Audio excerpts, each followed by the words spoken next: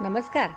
तर आपण आता ऐकूया परमपूज्य अक्कास्वामी वेलणकर लिखित दासबोध माझे माहेर. याआधी आपण ऐकलेला आहे पडवीवरचा दासबोध आणि स्वयंपाकघरातील दासबोध. दासबोध हाती आला की आईचा प्रेमळ हात अंगावरून फिरतोय असं वाटतं. कोणतंही पान उघडून वाचू लागलं की तिच्या कुशीत शिरल्याचा आनंद होतो. नवनवीन विचारांची प्रेरणा मिळाली की तिने नाहू घालून गोड घास भरवल्याचा आनंद होतो आणि जीवनाला टवटवी येते. म्हणूनच असं म्हणावंसं वाटतं की दासबोध माझं माहेर. श्रवण करी एकचित्त तरीच रे मना, सहज साध्य होईल तुला साधना. कीर्तन करी मनोभावे गाई ईश गुणा, दोष नाश होईल तू जाण सगुना. विष्णूचे स्मरण तुला का नावडे, सोड सोड विषयांचे कोडे थोडे थोडे. पादसेवन भक्ती भली नित्य जोड जशी, आचरणी आन संत भावना कशी. अर्चन करी प्रभूचे तू वेच क्षण क्षण, प्रभू मूर्ती नटली रे पाही कण कण. वंदन करी सभोवार पाही जगदीश, नमनातचे मनन होते हाच आदेश. दास्य करी मनी ठेवून भाव सेवेचा, सेवा भाव हाच करा मार्ग मुक्तीचा. सख्य हवे कोणाशी हे तू जाण तू, सख्य हवे कोणाशी हेच जाण तू. सखा हो तू देवाचा देवचिके तू. आत्मनिवेदन करण्या हवी अनन्यता, आत्मनिवेदन करण्या हवी अनन्यता. नवविधा भक्तीची हीच असे सांगता. प्रभू आपल्या हृदयीची रे संत सांगती, आशा म्हणे कृपा गुरुची देई प्रचिती. प्रचिती देणाऱ्या सद्गुरू माऊलींच्या चरणी हे पुष्प अर्पण. पाहूया प्रकरण पहिलं. अभिनव नवरात्र. दिंडी दरवाजातून बाहेर येऊन इंदिरा काकूंनी नीलाला अडवलंच. चक्क हात धरून ओढतच घरात नेलं. बस ग जरा असं म्हणून चटई पसरली. आपणही बैठक पक्की करून बसल्या. रोज पाहते मी, ठरल्या वेळेला घाईघाईनेच जातेस. इकडे कुणाकडे जातेस ग? विचार करून डोकं फुटायची वेळ आली. मी आज तुझ्या पाळतीवच राहिले म्हणेनास का? सांग बरं आता, आढेवेडे अजिबात घेऊ नकोस. कुणाकडे जातेस? काकू म्हणाल्या. नीला नुसतीच हसली आणि मनातच म्हणाले, आता काय उपयोग आहे सांगून. पण घरी जायची तर ओढ होती, सांगितल्याशिवाय गत्यंतरच नव्हतं. नीला म्हणाली, त्या वळणापलीकडे स्नेहल सोसायटी आहे ना, तिथे मावशीकडे मी जाते. अगो बाई, हो का? तेथे तर वस्ती आहे टार्गटांची. झोपडपट्टी आहे ना जवळ? काकूंनी विचारलं. असे नका, झोपडपट्टी सोसायटीच्या जागेजवळ. नीला म्हणाली, त्यामुळेच झोपडपट्टीतल्या लोकांना शिस्त व स्वच्छता कळू लागली. म्हणजे तू जातेस कोणाकडे? मी येईन येईन म्हणते, पण पाय निघतच नाही बघ, इंदिरा काकू म्हणाल्या. स्नेहल सोसायटीमध्ये तळमजल्यावर श्री गोडबोले काका राहायला आले आहेत. त्यांच्या सौंना आम्ही मावशी म्हणतो सगळ्याजणी, नीला म्हणाली. सगळ्याजणी म्हणजे किती जणी असता तुम्ही आणि कोण कोण येतात ग? काकूंनी विचारलं. नीला म्हणाली, 2-3 महिने झाले आम्ही 10 जणी असतो. रोज ज्ञानचर्चा चालते. आजच नव्या कामाचा संकल्प सोडला, मुहूर्तमेढ रोवली. आधुनिक नवरात्र, उद्यापासून काम सुरू. अगो बाई, काकू म्हणाल्या, आज तर करकरीत आवाज की ग. आणि मुहूर्तमेढ रोवली, काही ताळतंत्र? ती सांगते आणि तुम्ही ऐकता. अशी आहे कोणतरी ती विदुषी, एकदा पाहिलंच पाहिजे तिला. काकू, त्यांचे पुरोगामी विचार पटायचे नाहीत तुम्हाला, नीला म्हणाली. तुम्ही जुने सोडायला तयार नाही, नवीन विचार तुम्हाला पेलत नाहीत. एकीने तुमच्यासारखी शंका काढली, पण त्यावर मावशी म्हणाल्या, आवच वाईट कशाने झाली? ज्याने पौर्णिमा निर्माण केली त्यानेच तर अमावस्या निर्माण केली. आणि त्यातूनही प्रत्येक चातुर्मासामधली आवस किती महत्त्वाची आहे पहा. आषाढी अमावस्या, कोणी गटारी अमावस्या पण म्हणतात. कोळी लोक मासे पकडून विकणारे ते सुद्धा या अवसेला संकल्प सोडून आपापली जाळी गुंडाळून ठेवतात. सबंध श्रावण महिनाभर मत्स्याहार नाही, उपासना करतात, रोज घरे सारवतात, उत्सव करतात, समुद्राची पूजा करतात आणि श्रावणानंतर पुन्हा त्यांचा धंदा सुरू होतो. आषाढी अमावस्येला दीपपूजा सांगितली आहे. आम्ही मावशींच्या घरी नव्या पद्धतीनेच दीपपूजन केलं. कणकीचे दिवे उकडून खाल्ले की दीपपूजा होत नाही. अगोबाई, हो का? काकूनी मांडीची चाळवाचाळव केली. आणि काकू, नीला म्हणाली, श्रावण अमावस्येला काय म्हणतात? पिठोरी अमावस्या. काही भागात त्या दिवशी बैल पोळा असतो. ज्याच्या कष्टावर आपण जगतो त्याचा सुट्टीचा दिवस तो. त्या दिवशी फक्त त्याच्या मानेवर जून आहे. नांगरटीला जोडत नाहीत किंवा कष्टाचे काम देत नाहीत. त्याची पूजा सजवतात, मिरवणूक काढतात. ती आवस वाईट कशी म्हणायची? आणि भाद्रपदातल्या अवसेला तर सर्व पितरी अमावस्या म्हणतात. सर्व पितरांचं स्मरण करून त्यांच्या नावाने पिंडदान करून ब्राह्मण भोजन, दक्षिणा आणि द्रव्यदान करतात. त्यांचे आशीर्वाद घेऊन मग नवे काम सुरू केले तर बिघडले कुठे. मावशींनी श्राद्धाची पण नवीन कल्पना आम्हाला दिली, सांगितली. ते पण पटलं आम्हाला. आणि काकू, अश्विन अमावस्येला तर लक्ष्मीची पूजा करतो आपण. मग लक्ष्मीपूजनाचा दिवस अमंगल कसा म्हणायचा? करकरीत अमावस्या आणि शिवाय त्या दिवशी ग्रहणही असेल आणि 1 तारीख पण येईल. मग पगार घ्यायला नको का? आम्ही काही नाकारतो का तो? काकू, आवस श्रेष्ठ का सांगू? ज्याच्याकडून चंद्राला प्रकाश मिळतो त्या सूर्याच्या संगतीत चंद्र 24 तास असतो. नंतर कलेकलेने वाढून अमृत वर्षाव करतो. सूर्यास्तानंतर उशिरा मावळतो. त्या चंद्राला आपण उगवला म्हणतो. हे प्रमाण वाढता वाढता तब्बल 12 तासांचा फरक पडतो. पश्चिमेला सूर्यास्त, पूर्वेला चंद्रोदय. आवस अशुद्ध आणि पौर्णिमा शुद्ध, आवस अशुभ आणि पौर्णिमा शुभ असं म्हणता येईल का? समर्थ दासबोधात काय म्हणतात सांगू? प्रपंच जाईल सकळ, तेथील श्रम तो निर्फळ, आता काही अपुला काळ, सार्थक करू श्रीराम. मावशी म्हणतात की चांगला विचार डोक्यात आला की तीच शुभ वेळ समजावी. आजपर्यंत त्याच चाकोरीतून सणवार दानधर्म करत आलो. फक्त त्याच दिवशी पणती, निरंजन, समयी, कंदील घासून पुसून पूजा केली की दीपपूजा होते का? कणकीचे दिवे उकडून खाल्ल्याने ज्ञानात काही भर पडते का? प्रत्येकाने ज्ञानाचा दिवा उजळायला हवा. आजपर्यंत काय केलं? भक्ती माता हे बुडविली, शांती विश्रांती मोडिली, मूर्खपणे म्या बिघडिली, सद्बुद्धी सद्वासना श्रीराम. थांब नीला, इंदिरा काकू सरसावून म्हणाल्या.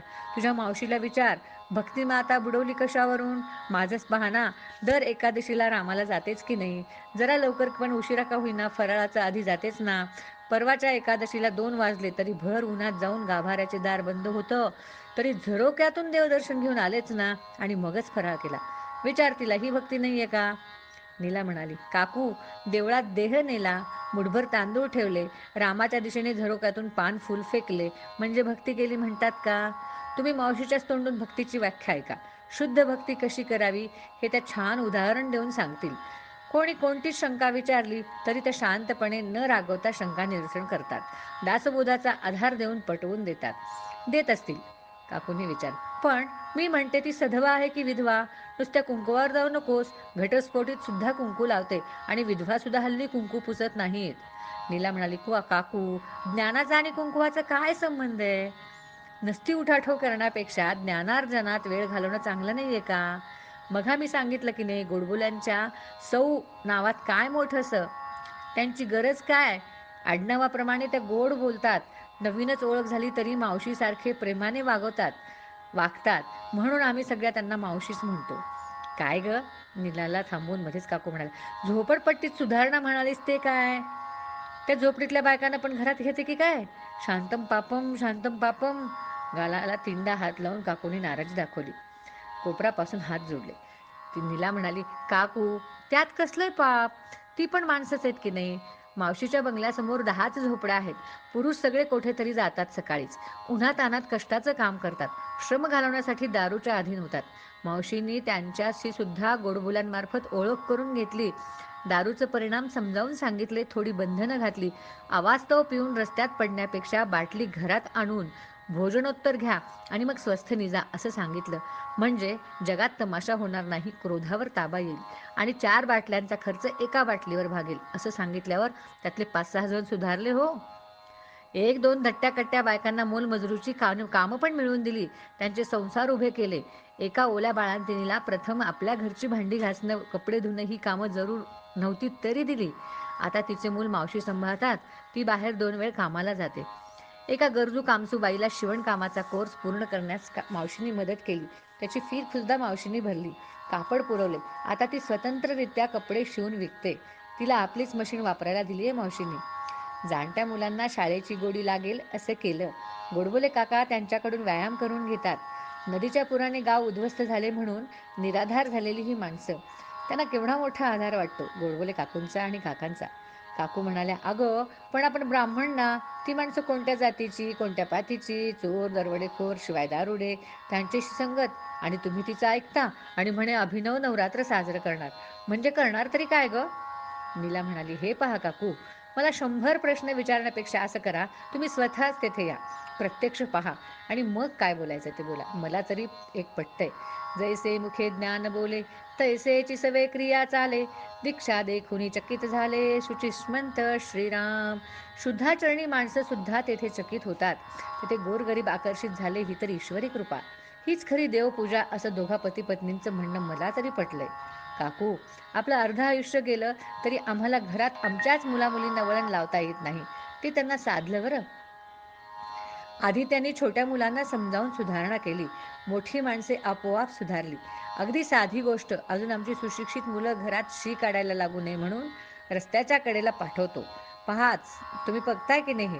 पण मावशींनी त्यांना चर खणून शी झाली की त्यावर माती लुटावी असं सांगितलं. चर भरला की दुसऱ्या ठिकाणी. पण मुलांना पण गंमत वाटली आणि पटलं. काही दिवसातच ही खतासारखी माती उपयोगात कशी आणावी हेही सांगितलं. मुलांची जागा वेगळी, मुलींची वेगळी. आपोआपच मोठी माणसं बंगल्यापासून लांब जाऊ लागली. सांगा आता, आमच्या हातून समाजसेवा म्हणून असं काही होतंय का? जयास घडीने घडी लागे भगवंती आवडी, चढती वाढती गोडी भगवत भजनाची श्रीराम. झोपडपट्टीतली बायका पुरुष एकत्र जमून भजन म्हणतात, ही मावशींची भक्ती. तीच खरी भक्ती मला वाटतं. त्यांना पाहिलं की भगवत दर्शनाचा आनंद होतो. काय ग, पण त्यांच्याकडे हॉल, ऐसपैस जागा तरी आहे का? एवढ्या सगळ्यांना जमवतात ते. खुर्च्या बेरच्या सगळ्या सोयी असतील ना? अभिनव नवरात्र म्हणजे देवीची स्थापना, त्याला ऐसपैस जागा नको का? काकूनी मांडी सरसावीतच विचारलं. काकू, नीला म्हणाली, मन मोठं असलं की कशाला कमी पडत नाही. आपलं मन मोठं करा. 10 बाय 10च्या 2 खोल्या, पण कशा नेटक्याच वस्तूंनी सजवल्या आहेत. पसारा म्हणून कुठं दिसत नाही. खालची जागा सगळी रिकामी आहे. भिंतीवर मांडणीत सामान लावलं आहे. 2-3च वळकट्या पण अशा पद्धतीने ठेवल्या आहेत की जसा काही कोचच. आम्ही 10 जणी अगदी ऐसपेस बसतो त्यावर. काय गं नीलू? काकूने जरा पडल्या आवाज. त्यांच्याकडे कपाटभर पुस्तके आहेत का गं? आमच्या घरी पहा, यांना वाचनाची फार आवड. चांगलं पुस्तक दिसलं की आणलंच घरी, आणि कपाट नुसतं कपाट भरी. नीलूने वाक्य पूर्ण केलं. पुस्तके वारंवार असली म्हणजे आपण खूप ज्ञानी झालो किंवा होतो असं नव्हे काकू. काकू, त्यांच्याकडे फक्त दासबोध अगदी हाताशी असतो त्यांच्या. समर्थांचंच म्हणणं असं आहे, तैसे पारमार्थिक जन तयास नसता आत्मज्ञान, ग्रंथ वाचिता समाधान होणार नाही श्रीराम. ज्यातून आत्मज्ञान काही होत नाही त्या पुस्तकाला मावशी पण हात लावत नाहीत.